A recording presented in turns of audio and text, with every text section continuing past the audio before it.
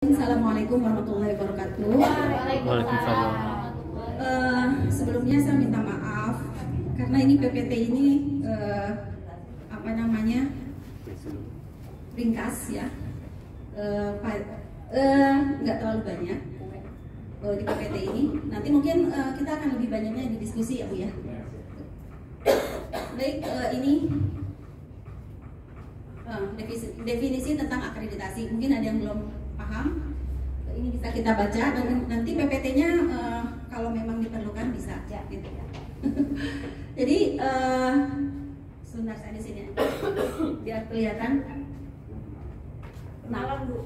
Kenapa? Tadi sudah kenalan. Oh, Nama lengkap. mana ya? RD. Oh ya, ini di biodata. Tadinya saya mau lewatkan Bu. Ya, nama saya Erni Fitriani. Saya 6 tahun lagi. Kenapa? RD. Itu pengasih dari ayah. Raden katanya. Tapi sebenarnya sama aja lah. Itu pengasih dari ayah. Kemudian saya 6 tahun lagi pensiun Bu. Darah biru itu Bu. Oh, darah biru. Baik, saat ini saya pembina utama muda 4C. Itu per Oktober 2021. Kemudian tempat tanggal lahir Bandung. Saya orang Bandung, Jawa Barat. Alamat saya di Jalan Purnawirawan, Gang Swadaya 6, nomor 44, Gunung Terang, dekat dari sini, dari perpustakaan. Kemudian pendidikan saya S1 Perpustakaan Universitas Pajajaran Bandung 1995, udah lama. Kemudian S2 Magister Ilmu Administrasi Universitas Lampung 2017. Nah ini diklat yang pernah diikuti, diklat tim penilai jabatan fungsional pustakawan. Ibu siapa ya? Bu Dewi ya. Diklat asesor itu bank ya Bu ya. Kemudian diklat asesor akreditasi perpustakaan online. Kalau waktu ikut BIMTEK-nya kita offline ya Bu ya. Ya sebelum pandemi ya di sana. Kemudian kompetensi. Saat ini saya sebagai asesor akreditasi perpustakaan dari tahun 2020 sampai sekarang. Kemudian saya sebagai ketua ikatan Pustaka Indonesia Provinsi Lampung. Kemudian hobi saya menulis Bu. Saya penulis artikel bidang kepustakawanan jurnal nasional di daerah dan nasional. Kemudian saya juga sebagai anggota tim juri pemilihan pustakawan berprestasi tingkat Provinsi Lampung. Kemudian karena hobi menulis itu, saya diminta untuk menjadi tim reviewer ya jurnal ini, jurnal Tawid dan seminar Semiloka Nasional Inovasi Perpustakaan (SNIPER) dan sebagai redaktur pelaksana pada publikasi ini. Oke, nah ini tadi mungkin lupa disampaikan sama Marno bahwa perpustakaan Universitas Lampung itu sudah ISO, ya sudah ISO tahun 2016. Kemudian tahun 2017 kita juga sudah 2016 kita sudah mendapatkan akreditasi A di tahun 2017 akreditasi A. Kemudian kalau dulu itu periode akreditasi A itu kan 3 tahun ya Bu ya. Nah 2017 dapat peroleh A, kemudian habis di 2020. Nah waktu itu visitasinya kita secara offline yang dulu, yang 2017. Kemudian di 2020 habis akreditasi kita tuh sudah habis, kemudian mengajukan reakreditasi karena waktu itu kita masih pandemi ya, COVID semuanya. Kemudian kita mengajukan reakreditasi dan kita mengajukan visitasi online. Jadi tim perpustakaan di sini sudah punya pengalaman visitasi baik secara offline maupun online gitu ya. Alhamdulillah. Nah, hasil dari penilaian asesor perpustakaan nasional, perpustakaan Unila memperoleh kembali akreditasi A untuk 5 tahun ke depan. Jadi ada perubahan untuk masa berlaku akreditasi dengan 6 komponen untuk akreditasi A periodenya 5 tahun ke depan. Jadi nanti akan reakreditasi lagi, tetapi seperti yang disampaikan oleh Bapak Kepala Perpus tadi pagi pada sambutannya, kita akan mengajukan akreditasi unggul. Jadi itu lebih dari A gitu, yang unggul itu. Dengan persyaratannya juga agak lumayan berat katanya sih. kita belum melihat komponen-komponen penilaiannya. Baik, ini sebelum kita mungkin kalau yang sudah tahu, ini akan kita refresh lagi tentang beberapa definisi apa itu asesmen dan asesmen perpustakaan. Jadi asesmen itu adalah proses penilaian yang sistematis, terdokumentasi, dan independen untuk mendapatkan bukti yang objektif. Nah, ini pada saat asesmen itu kita asesor melihat melihat fakta yang ada yang didokumentasikan gitu. Jadi fakta yang real, misalnya nanti di slide berikutnya ada misalnya koleksi, benar nggak yang dilaporkan sekian dengan faktanya yang real yang ada di lapangan. Kemudian apa itu asesmen perpustakaan? Asesmen perpustakaan adalah proses yang dilaksanakan oleh badan akreditasi untuk menilai kompetensi perpustakaan. Jadi kompetensi kita itu kan mengarah ke standar nasional perpustakaan. SNP kita adalah SNP nomor 11, ya, standar nasional perpustakaan nomor 11 untuk tingkat perpustakaan perguruan tinggi. Kemudian, nah, yang menjadi dasar hukum akreditasi kita adalah ini undang-undang kita, selain untuk akreditasi juga untuk pustakawan, ya, itu Undang-Undang Nomor 43 Tahun 2007. Itu di situ disebutkan bahwa perpustakaan adalah institusi pengelola koleksi karya tulis, karya cetak, dan atau karya rekam secara profesional dengan sistem yang baku guna memenuhi kebutuhan pendidikan, penelitian, pelestarian, informasi, dan rekreasi pada pustaka.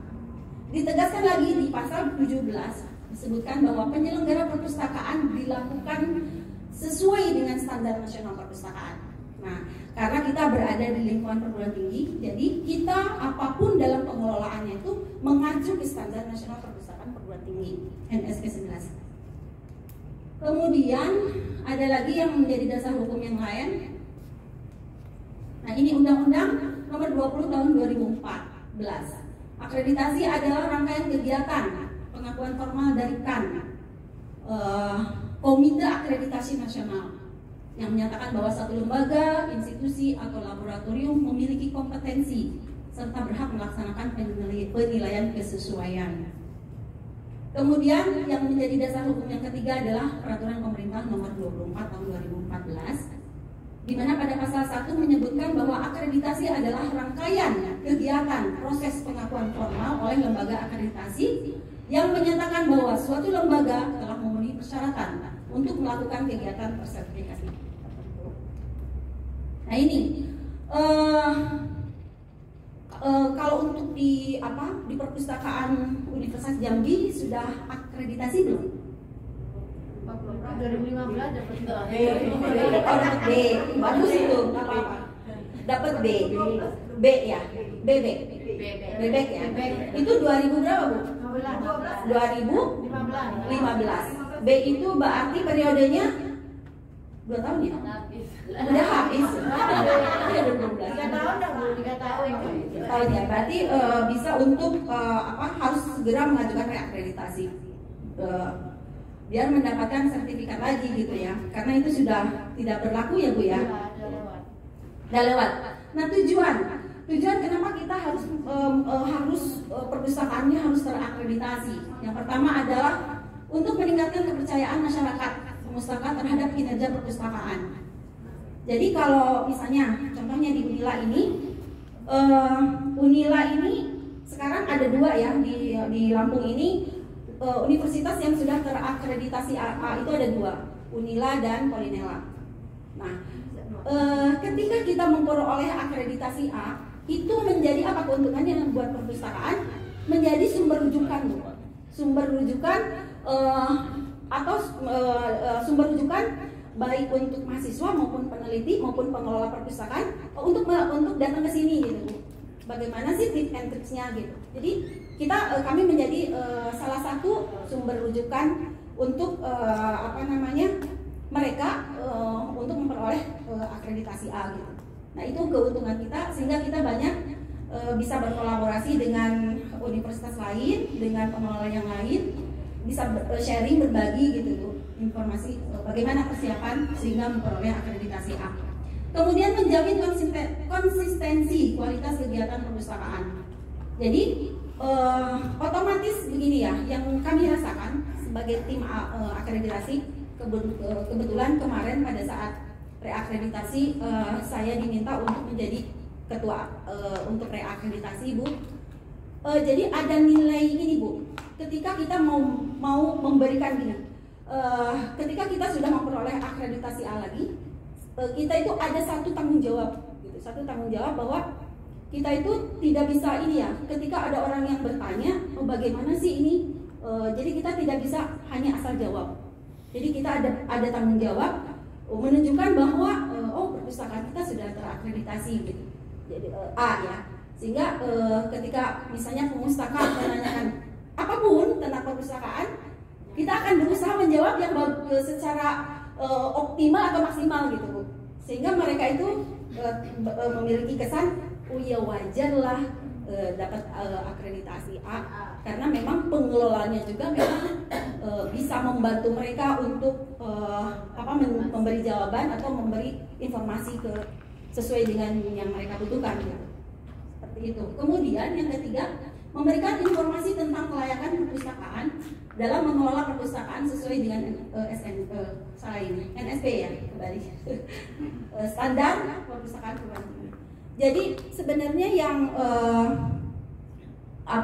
yang konsultasi itu tidak hanya dari pengelola perpustakaan perguruan tinggi saja, Bu. Jadi apalagi saya kebetulan diberikan tanggung jawab sebagai ketua IPI ya, Bu. Jadi memang harus banyak tahu. Jadi harus banyak tahu tentang pustakawan, tentang perpustakaan.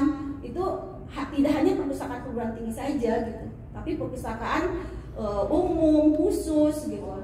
Iya, sekolah, apalagi sekolah ya banyak banget ya. Jadi kita harus tahu, gitu. Jadi itu. Dan mau nggak mau kita harus banyak baca, gitu. Harus banyak baca juga.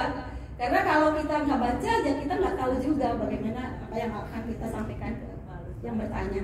Kemudian yang keempat, memberikan pengakuan peringkat kelayakan. Nah ini, jadi kita pede dan setiap di banner di depan itu ber-ISO terakreditasi A, itu merupakan satu kebanggaan juga sih, Bu, untuk kita anggota perpustakaan, pengelola juga. Ya setiap tamu, oh ini sudah ISO ya, sudah akreditasi A ya, gitu. Jadi layaklah menjadi rujukan di sini. Kemudian yang kelima, memberikan rekomendasi tentang penjaminan mutu pengelolaan perpustakaan kepada pihak yang diakreditasi.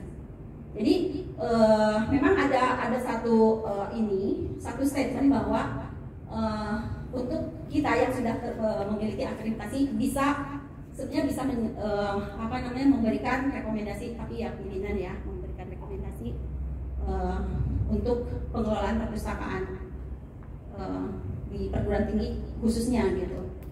Kemudian manfaatnya apa? Manfaat akreditasi perpustakaan merupakan acuan dalam peningkatan kualitas layanan perpustakaan. Nah itu karena kita akreditasi itu kan menilai, artinya kita sudah layak, sudah sesuai pengelolaannya dengan standar perpustakaan, baik dari pengelolaannya, layanannya, gitu. Sehingga kita selalu berusaha untuk selalu meningkatkan kualitas layanan, Bu, gitu. Tapi kembali lagi, Bu, kalau layanan kita mau bagus, itu memang harus didukung oleh IT dan teknologi informasinya yang bagus juga, gitu. Karena terus terang ya, kalau kita pustakawan memang kapasitasnya bukan di bidang IT, bukan.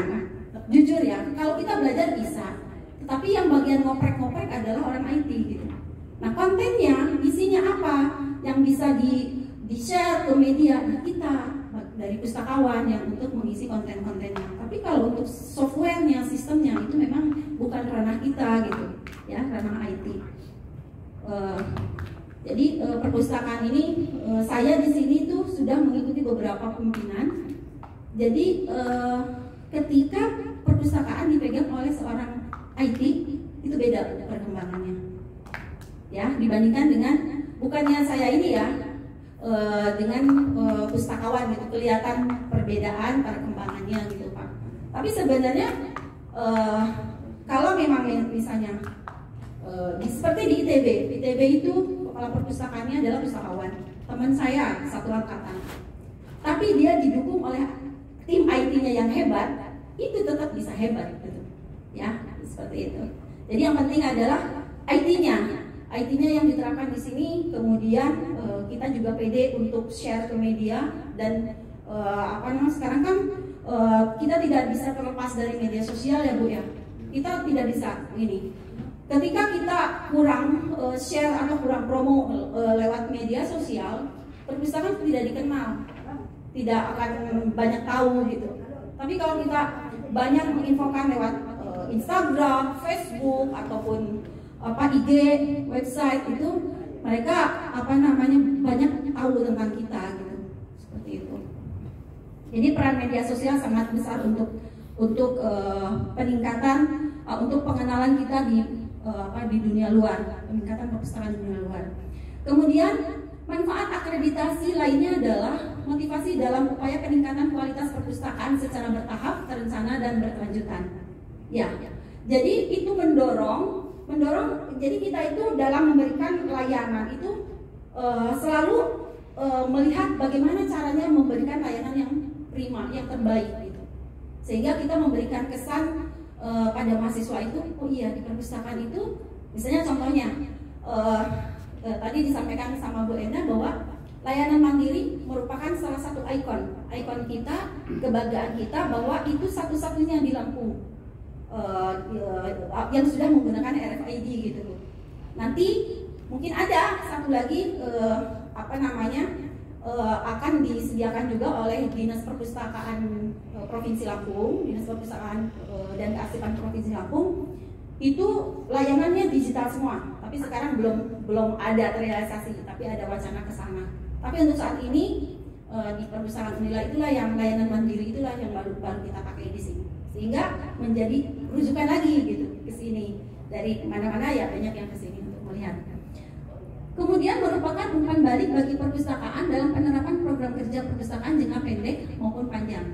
Nah, jadi ada satu poin pada pengisian borang kita bahwa ada laporan kegiatan atau rencana kegiatan jangka pendek, menengah dan panjang. Jadi kalau jangka pendek itu per tahun. Kemudian kalau menengah itu 2-3 tahun, kalau jangka panjang 5 tahun. Itu ada munculnya di Renstra, rencana strategis perusahaan. Kemudian, nah ini fungsinya apa? Akuntabilitas. Jadi pengelolaan layanan perpustakaan sesuai dengan harapan masyarakat. Jadi akuntabilitas. Jadi sesuai dengan keinginan atau harapan kebutuhan masyarakat. Kemudian fungsi yang kedua adalah pengetahuan. Jadi maksudnya di sini adalah merupakan informasi bagi semua pihak terkait pemangku kepentingan perpustakaan bahwa penyelenggaraan perpustakaan sesuai dengan SNP. Kemudian yang ketiga adalah pembinaan dan pengembangan. Nah, ini salah satu fungsi akreditasi. Ketika kita memperoleh akreditasi A, itu ada beberapa sering juga kita diminta untuk pendampingan untuk misalnya penyusunan bukti, instrumen bukti, fisik gitu. Karena kadang-kadang kalau kita tidak melihat fisiknya, kita bingung ya Bu, ini bagaimana sih fisiknya gitu. Jadi kita bisa melakukan pendampingan secara langsung maupun konsultasi. Nah kemudian, ini instrumen akreditasi perpustakaan. Instrumen akreditasi perpustakaan ini merupakan alat untuk mengukur kesesuaian penyelenggaraan perpustakaan sesuai dengan standar nasional perpustakaan. Jadi pedoman kita adalah standar nasional perpustakaan, instrumen akreditasi perpustakaan. Kemudian, nah ini 6 komponen ya untuk akreditasi ya. Untuk akreditasi perpustakaan perguruan tinggi itu adalah 6 komponen, di mana yang sebelumnya itu adalah 9 komponen, kemudian dipersingkat atau dirubah menjadi 6. Yang pertama adalah koleksi, sarana dan prasarana.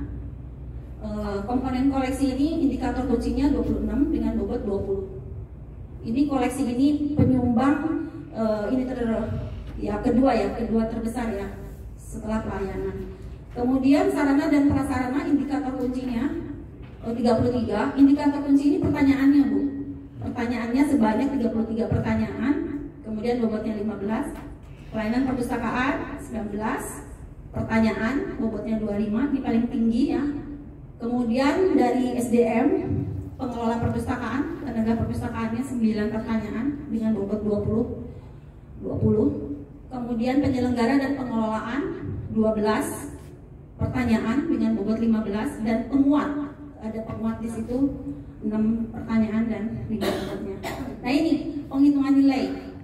Nah ini untuk nilai A itu yang kita harapin semuanya ya. Ketika kita mengajukan akreditasi berharap dapat A.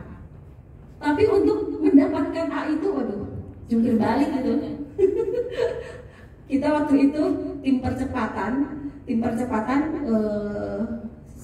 saya targetkan 2 bulan, ternyata meleset jadi 3 bulan. 3 bulan untuk menyiapkan, melengkapi deskripsi diri dan bukti fisik. Waduh itu kondisinya lagi pandemi lagi. Jadi orang WFH di rumah, kita di sini bekerja. Ya udah kita bekerja, kemudian ya alhamdulillah hasil pekerjaan kita itu ketika visitasi, hasil penilaian dari dari asesornya dapat A gitu, layak dapat A. Ya jadi terbayar lah, capek kita terbayar. Kemudian untuk B itu itunya keterangannya ya lebih baik dari Standar Nasional Perpustakaan. Kalau C sesuai, kalau D belum memenuhi, dan E jauh dari jauh kurang dari Standar Nasional Perpustakaan. Jadi ini posisi Jambi masih B ya. Tambah 1 poin jadi A. Oke, ya pokoknya mudah-mudahan dari sini, mudah-mudahan nanti sepulangnya dari sini, Ibu siapa namanya, Bu Dewi ya? Bu Dewi bisa buat langsung mengajukan tim untuk reakreditasi. Tapi kalau udah reakreditasi itu kita bayar ya Bu, nanti ada contohnya. Kalau untuk pengajuan akreditasi pertama itu kan free ya Bu. Nah tapi kalau untuk reakreditasi itu biaya dari kita swadaya. Jadi bayar, tetap ada bayar. Tapi nggak tahu apakah ada perubahan yang baru atau enggak. Kalau kami kemarin bayar. Iya. Nah ini 6 komponen instrumennya. Nah ini dari koleksi aja itu udah banyak Bu. Jumlah koleksi. Nah jumlah koleksi itu misalnya berapa judul. Nah koleksi ini tidak hanya buku teks saja Bu. Koleksi buku teks, e-book, jurnal, majalah, wah udah banyak. CD gitu.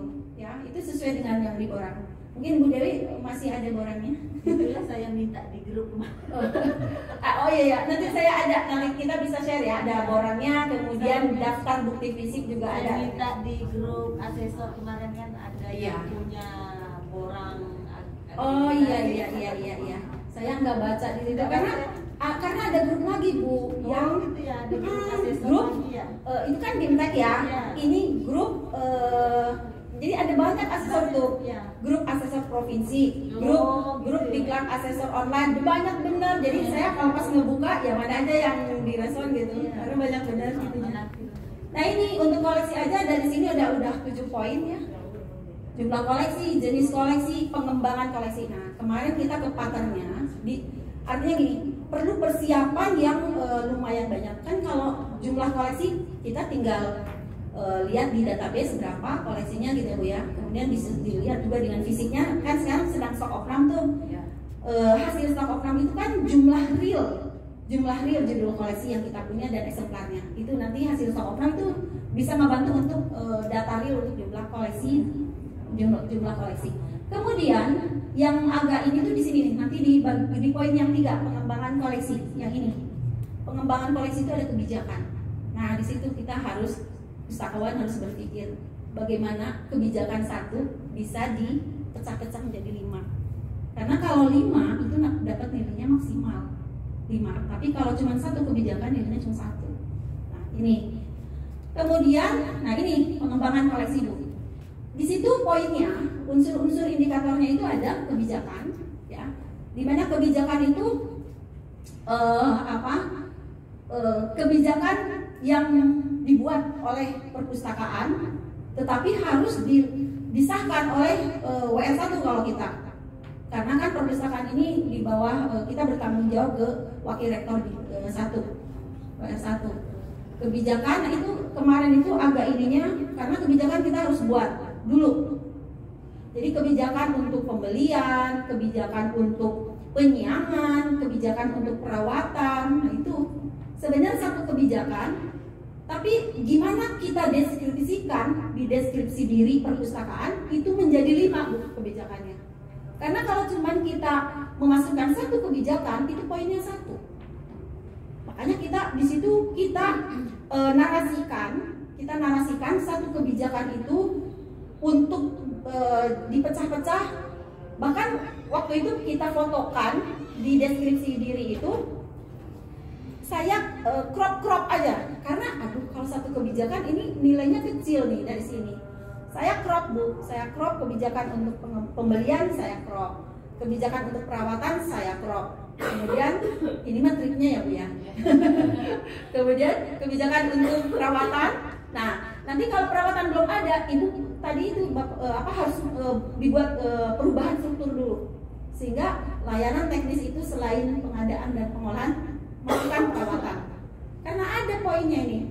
Di kebijakan juga ada gitu. Nah, kemudian seleksi. Di seleksi ini kan itu nanti poinnya ada di situ. Alat seleksinya ada berapa macam. Nah, kita itu mungkin sekarang ini kita seleksi koleksi itu misalnya melalui email saja, katalog online. Tapi kita harus berpikir kira-kira apa lagi nih yang di perpustakaan ada yang memang bisa dimasukkan di alat seleksi. Nah, di situ jadi perpustakaan harus kreatif lah di situ. Tapi memang ada gitu, ininya ada, tinggal kita narasikan di situ. Kemudian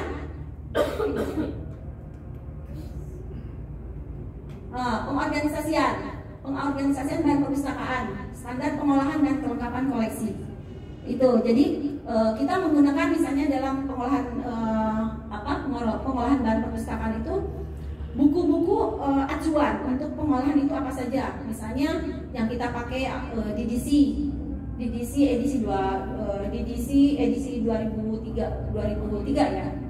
Kemudian misalnya tajuk subjek yang terbitan dari Perpusnas itu tuh kita fotokan semuanya. Kita fotokan, kita tempelkan di situ screenshot, kemudian kita narasikan. Kita menggunakan standar pengolahan bahan pustaka ini gitu, seperti itu. Kemudian kelengkapan koleksi, buku yang sudah diolah, buku yang sudah dilengkapi atributnya dengan nomor kelasnya, kemudian labelnya kita foto. Kemudian kita narasikan. Ini informasinya ini gitu. Itu seperti itu. Nah, ini perawatan koleksi ya. Jadi perawatan koleksi memang harus didudukan dulu, harus dimunculkan dulu di struktur organisasi perpustakaan di sana, sehingga mulai ada kegiatannya di pencacahan, penyiangan dan pelestarian. Dan ini pun misalnya seperti pencacahan itu semakin idealnya 1 tahun sekali Bu. Pencacahan itu 1 tahun sekali dan dalam bentuk laporan, gitu ya. Kemudian kalau penyiangan idealnya juga setahun sekali dalam bentuk laporan, dan pelestarian atau perbaikan dalam bentuk laporan juga. Kemudian sarana dan prasarana. Sarana dan prasarana itu meliputi luas gedung. Nah, makanya tadi Pak Marma sampaikan berapa sih luas gedung di sana. Di gedung perpustakaan, kemudian gedung di luar perpustakaan kan ada yang taman-taman gitu, parkir gitu. Termasuk itu juga. Kondisi ruang, mebeler, peralatan, perlengkapan berbasis IT, jaringan otomasi, sarana keamanan dan fasilitas umum. Nah, ini sarana nilainya di situ. Kemudian pelayanan perpustakaan, jenis layanan, jam layanan, dan ini semua jenis layanan, jam layanan, sistem peminjaman biasanya ada dalam bentuk buku panduan. Kan kita di buku panduan ada ya. Ini jam layanan gitu. Nah, kalau di sana membuat buku panduan nggak Bu? Ada. Itu buku panduannya tercetak apa file? Oh gitu. Kalau kita panduan tata tertib perpustakaan 1 aja. Tapi di situ di buku itu udah lengkap benar layanan sirkulasi apa saja, layanan referensi gitu. Ada buku panduannya. Kalau dulu sebelum pandemi kita mencetak buku panduan, tapi setelah pandemi kita menyimpannya dalam bentuk file, menyimpan di websitenya perpustakaan. Nah ini tentang tenaga yang komponen keempat, tenaga perpustakaan. Status pendidikan dan kepala perpustakaan. Kemudian jumlah tenaga perpustakaan, jumlah SDM yang sudah sertifikasi perpustakaan, keikutsertaan dalam organisasi profesi, IPI, ICPI, FPTI, dan lain-lain. Kemudian komponen kelima, penyelenggaraan dan pengelolaan perpustakaan. Nah ini kadang-kadang suka miss di sini nih Bu, pendirian perpustakaan. Nah kalau belum ada, dibuatlah, minta keterangan aja, surat pendirian atau SK atau apa gitu. Kadang-kadang ini kalau nggak ada, karena ini bentuknya kalau nggak salah SK ya, SK pendirian perpustakaan. Nah ini Pak, struktur organisasi perpustakaan. Jadi kalau misalnya tadi bidang perawatan belum ada, bisa ditambahkan di struktur itu, dirubah aja, diajukan apa. Perencanaan dan pelaporan, ini Renstra dan laporan kegiatan perpustakaan. Nah kalau anggaran, kita harus berkomunikasi dengan pimpinan dan bendahara. Kira-kira berapa anggaran per tahun, kemudian berapa yang terserap dan lain-lain. Nah kerjasama internal dan eksternal dan pembinaan. Nah kerjasama ini juga penyumbang poin juga Bu, kerjasama itu. Nah ini Unja ini udah kerjasama belum dengan perpustakaan kita? Pak? Sudah kerjasama ya? Sudah MOU? Bukan MOU, PKS ya? Sudah belum? Kemarin itu MOU. Oh sudah. Kunjungan yang kemarin, kunjungan kemarin. Perjanjian kerjasama. Perjanjian kerjasama udah. Belum. Nah kalau belum, mungkin nanti kita buat aja Bu, kita buat PKS gitu. Nanti mungkin subkoordinatnya ada dosen Pak Zul. Bikin. Nanti kita ada itunya, ada apa namanya formatnya sudah ada, nanti dikirim mungkin ke ini ke Pak Warno, ditip lah ke Ibu ya. Jadi kita nambahkan untuk kerjasama. Jadi biar dapat kami poin nanya-nanya dengan bisa. Sip. Kemudian, nah ini penguatan inovasi kreativitas. Kemudian inovasi itu misalnya seperti gini. Misalnya kan di sana kan perpustakaannya sudah terotomasi ya. Sudah otomasi ya. Artinya sudah computerized ya. Perpustakaannya sudah menggunakan sistem komputer lah, baik dalam pengolahan maupun pelayanan. Nah, di situ kalau misalnya pustakawan atau pimpinannya punya sesuatu yang baru, artinya kan inovasi itu dari belum ada diadakan gitu. Nah, itu bisa masuk inovasi. Misalnya contohnya kita memberikan layanan tambahan misalnya untuk pemustaka. Misalnya di sana apa nih yang bukan keunikan ya? Kalau di sini kan tadi di layanan sirkulasi kami menyediakan ini peminjaman alat-alat permainan tradisional. Nah itu bisa kreativitas masuk di situ. Kemudian keunikan juga bisa, karena tidak semua perpustakaan perguruan tinggi ada menyediakan itu. Itu kami buat itu apa namanya masuk dinilai diberikan nilai oleh asesor gitu. Masuk di kreativitas dan inovasi. Kemudian yang tadi itu ketika kita pandemi kita punya ide apa, kemudian konsultasi dengan pimpinan, kemudian kita lakukan atau kita berikan layanan itu seperti layanan drive-thru itu masuk di inovasi juga gitu. Nah prestasi ini bisa dari prestasi perpustakaannya sendiri maupun SDM-nya gitu ya, ada poinnya. Dan komitmen pimpinan terhadap kesuksesan kinerja perpustakaan. Ada pertanyaan nggak? Asesmen tadi Bu. Kenapa? Asesmen tadi Bu. Asesmen. Kenapa dengan asesmen Pak? Itu sering nggak ditanyakan sistem layanan layanan. Sistem layanan. Mengenai peminjaman dan pengembalian. Gimana caranya mahasiswa itu meminjam? Kalau dendanya berapa kalau pengembalian? Itu aja. Iya, sebenarnya asesmen itu kan proses penilaian ya Pak ya. Asesmen itu adalah satu proses penilaian. Kalau memang di sana masih menggunakan sistem peminjamannya secara manual, ya ceritakan aja manual. Tetapi pasti kalau manual saja itu nilainya kan kecil Pak. Iya kan? Tapi kalau udah combine, udah misalnya kalau kayak di sini peminjamannya mandiri. Tetapi kalau melalui mandiri ada kendala, misalnya mahasiswa ini kan aturannya adalah mahasiswa ini meminjam buku hanya 3 judul buku boleh minjam. Tapi mahasiswa kan kadang-kadang suka nyoba-nyoba.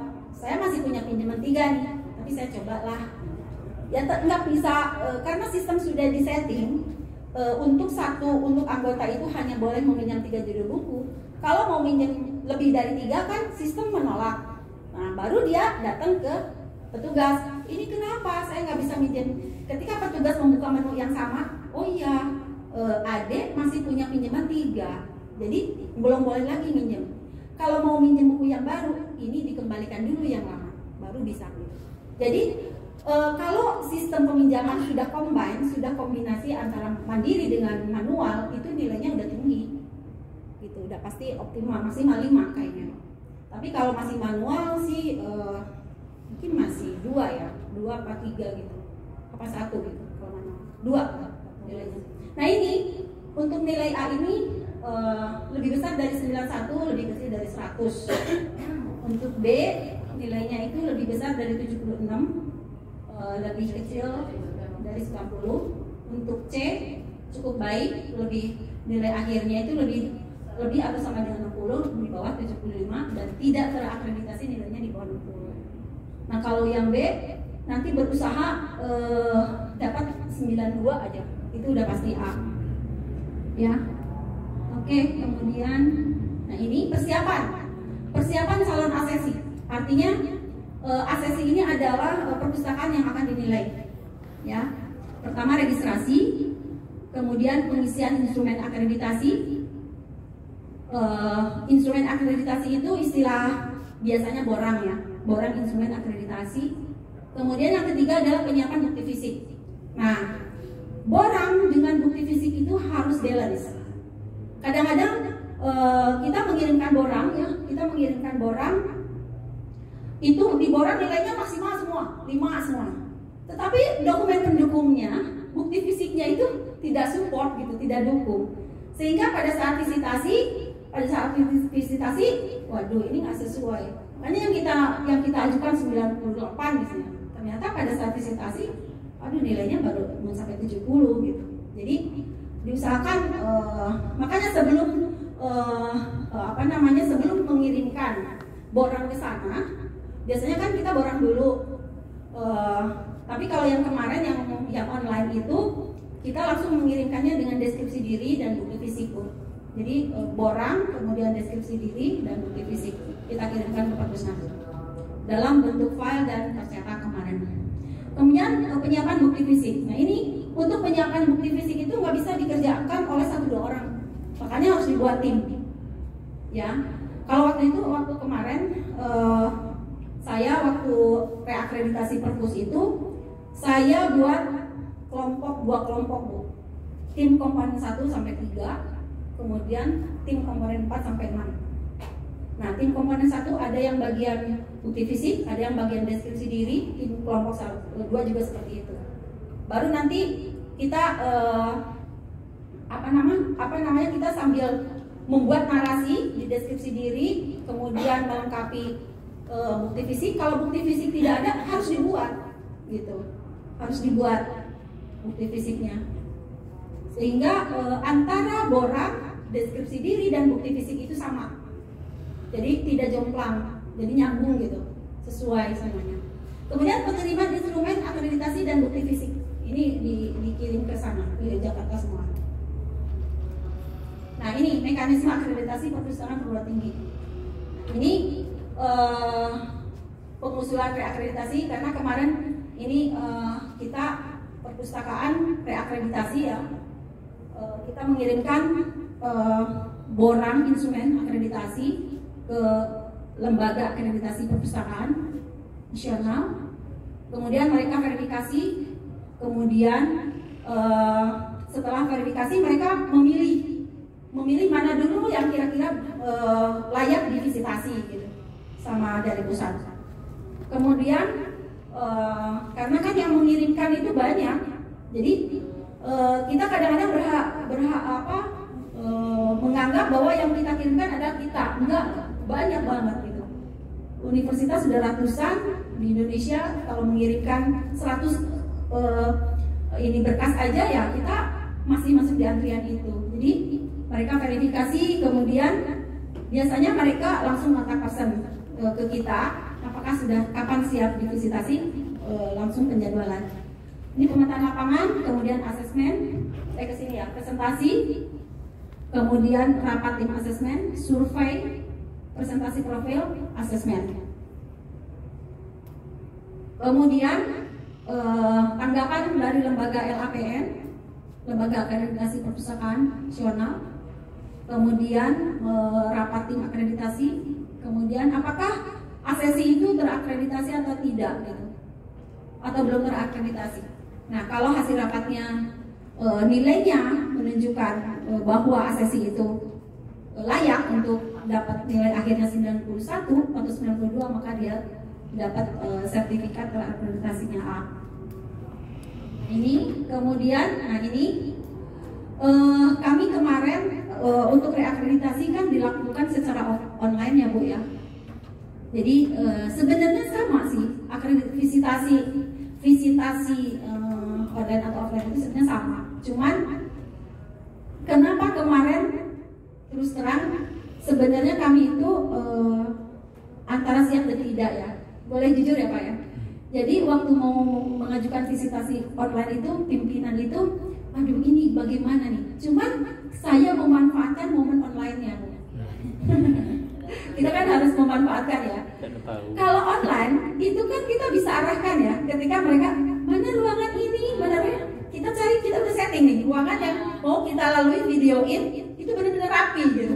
Jadi asesor kan hanya bisa melihat video kita kan. Jadi saya waktu itu agak debat juga sama pimpinan sebelumnya. Tapi saya bagaimana Bu Erni? Pak sudah bismillah aja Pak. Kita online aja. Tapi aduh kita ini pokoknya saya bilang bismillah Pak. Online kita manfaatkan. Jadi kita pada saat mereka mau survei lapangan kita tunjukkan, kita setting dulu nih. Mana apa istilah jalan yang akan kita lewati, kemudian kita rapikan gitu. Kemudian ya udah, itu tipnya ya, triknya ya Bu ya. Kita videoin ke tempat-tempat yang memang benar-benar rapi. Sehingga asesor ketika melihat orangnya oke 5. Kemudian deskripsi dirinya, narasinya bagus. Bukti fisiknya, fotonya bagus. Melihat di lapangan, oh iya oke, jadi layak 5 gitu. Jadi itu sebenarnya sama saja visitasi yang online atau offline. Nah ini tadi sudah ya tahapan akreditasi kalau secara online. Makanya kalau memang ada tawaran kalau masih boleh, bukan ada tawaran, kalau masih boleh mengusulkan online aja. Iya Bu, mengusulkan online itu banyak ininya, banyak itunya. Online tapi tidak jadi ya. Ya, cuman sekarang memang sekarang ini kan kalau kita nggak tahu apakah asesor perpustakaan nasional itu masih memberikan ini enggak gitu, kesempatan untuk online enggak, saya nggak tahu. Kalau waktu itu kan saya masih 2021 masih benar-benar masih bisa gitu online. Ini tahapan akreditasi. Nah ini surat kelengkapan, mungkin Bu Dewi. Saya juga ngambil bahannya dari diklat kemarin. Ya ini ya, kelengkapan berkas pendaftaran akreditasi online sama aja dengan offline, sama. Surat permohonan akreditasi ditujukan ke Sekretariat LAP, Lembaga Akreditasi Perpustakaan. Kemudian form instrumen akreditasi yang telah diisi atau borang ya, borang baik dalam bentuk cetak atau soft file. Kemudian, nah itu nanti ada profil perpustakaan singkat Bu. Nanti ada contohnya mungkin di situ nanti. Kemudian foto gedung, ruang, dan kegiatan perpustakaan minimal 5 buah cetak atau file, video profil. Nah, durasinya 3 atau 5 menit. Nah, di sana sudah punya video profil belum? Sudah ada video profil. Nah, nanti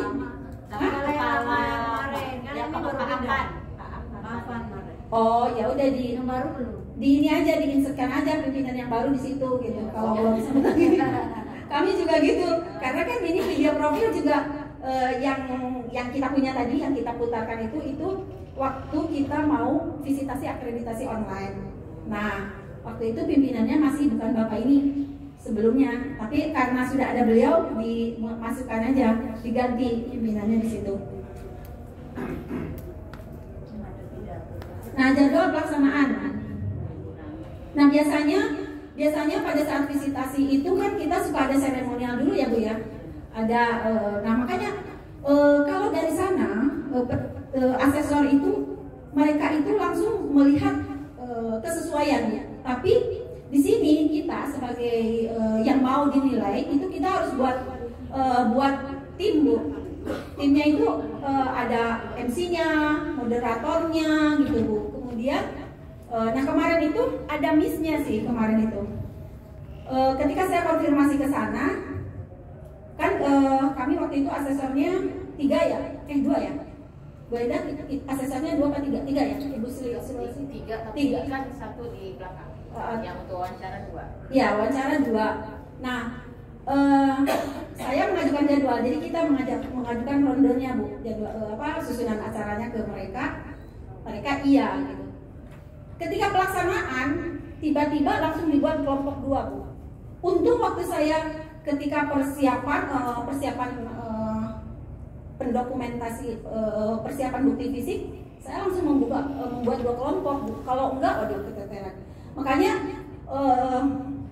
pada saat visitasi itu jadi kita langsung ngelompok gitu Bu. Kelompok 1 dengan asesor ini, kelompok 2 dengan asesor ini. Padahal di rondonya nggak seperti itu. Jadi tidak dikelompokkan seperti itu, tapi jam sekian ini. Jadi si asesornya itu ada yang siang gitu, jam sekian ini. Ternyata karena online, jadi berbarengan Bu di jam yang sama. Ya untung kita ada tim yang kompak, ya udah harus siap tempur gitu, sehingga ya sudah gitu. Bisa terlaksana visitasinya lancar.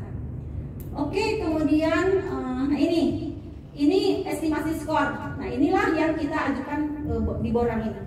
Waktu kita mengajukan nilai-nilai di borang instrumen akreditasi, kita kirimkan ke sana. Nilai kita adalah segini.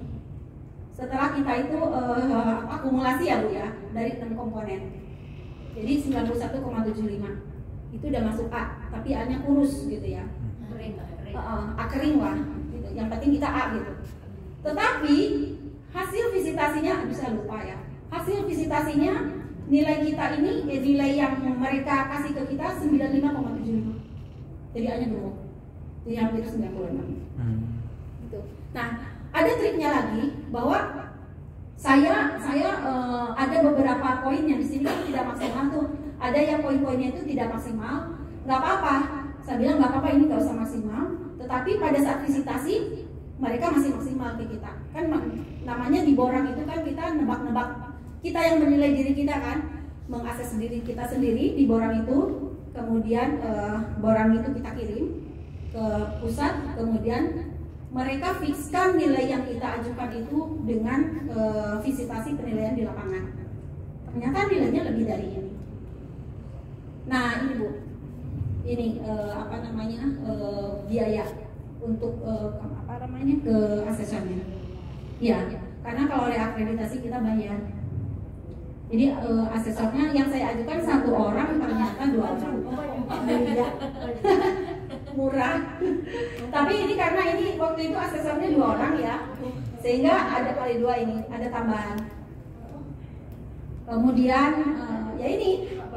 Nah makanya kalau memang nanti misalnya di sana mau mengajukan reakreditasi, dibuatin dulu. Tapi yang membuatin itu adalah pimpinan ya. Nah ketua tim nggak usah sungkan-sungkan, ngajuin aja biayanya. Kalau lebih dari ini ya kita nggak tahu ya. Misalnya kita ngajukan biaya untuk 1 orang, tetapi pada SK Perpusnas dikirimkan 2 orang atau 3 orang asesor, ya itu kan kita tidak berurusan dengan uang. Nanti biar dari bendahara aja, artinya untuk melakukan pembayaran kesananya gitu. Kemudian masih ada nggak ya? Nah ini sumber referensinya yang dari diklat asesor akreditasi kesehatan 2020. Ini dari tim pengajarnya semua nih, Pak Sudarto, Pak Suprianto, dan Pak Bambang Supriyotomo. Ya, demikian yang bisa saya sampaikan tentang akreditasi perpus. Kalau misalnya ada yang mau ditanyakan boleh. Nanti bisa dibantu juga sama Bu Endah ya, sama Bu Anita juga. Kami satu tim ISO, satu tim akreditasi juga. Baik, silakan kalau ada yang mau ditanyakan. Saya tutup dulu ya ininya. Assalamualaikum warahmatullahi wabarakatuh. Waalaikumsalam warahmatullahi wabarakatuh.